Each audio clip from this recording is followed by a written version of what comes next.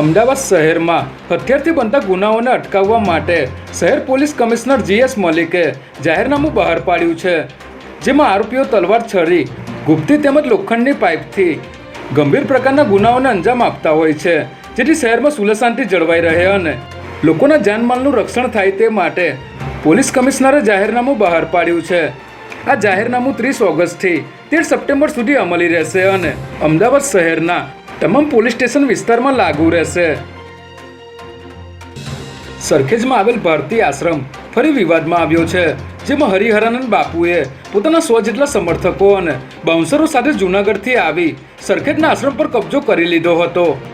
પોલીસની હાજરીમાં કોર્ટના ઓર્ડર સાથે તેઓએ પોતાના સમર્થકો સાથે મંદિરમાં પ્રવેશ કર્યો હતો અને આશ્રમની મુખ્ય ગાદી પર બિરાજમાન થયા હતા, જેને પગલે ગઈકાલ સાંજથી જ ભારતી આશ્રમ પર પોલીસનો કાફલો ખડકી દેવાયો હતો.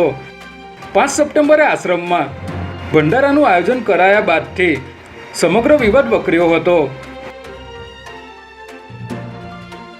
મુખ્યમંત્રી ભૂપેન્દ્ર પટેલે જામનગર અને દ્વારકા જિલ્લામાં ભારે વરસાદને પગલે સર્જાયેલ સ્થિતિનું હવાઈ નિરીક્ષણ કરી પરિસ્થિતિનો તાગ મેળવ્યો હતો. ત્યારે ગુજરાતમાં છેલ્લા 4 દિવસથી સર્જાયેલી પૂરની પરિસ્થિતિના પગલે મુખ્યમંત્રી ભૂપેન્દ્ર પટેલ દ્વારા હાઈ લેવલ બેઠક બોલાવવામાં આવી હતી, જે બાદ રાજ્યમાં થયેલા નુકસાન અંગે સરકાર દ્વારા સહાય પેકેજ જાહેર કરાશે. ત્યારે SDRFના નિયમની ઉપરવટ જઈને સરકાર સહાય જાહેર કરી શકે છે.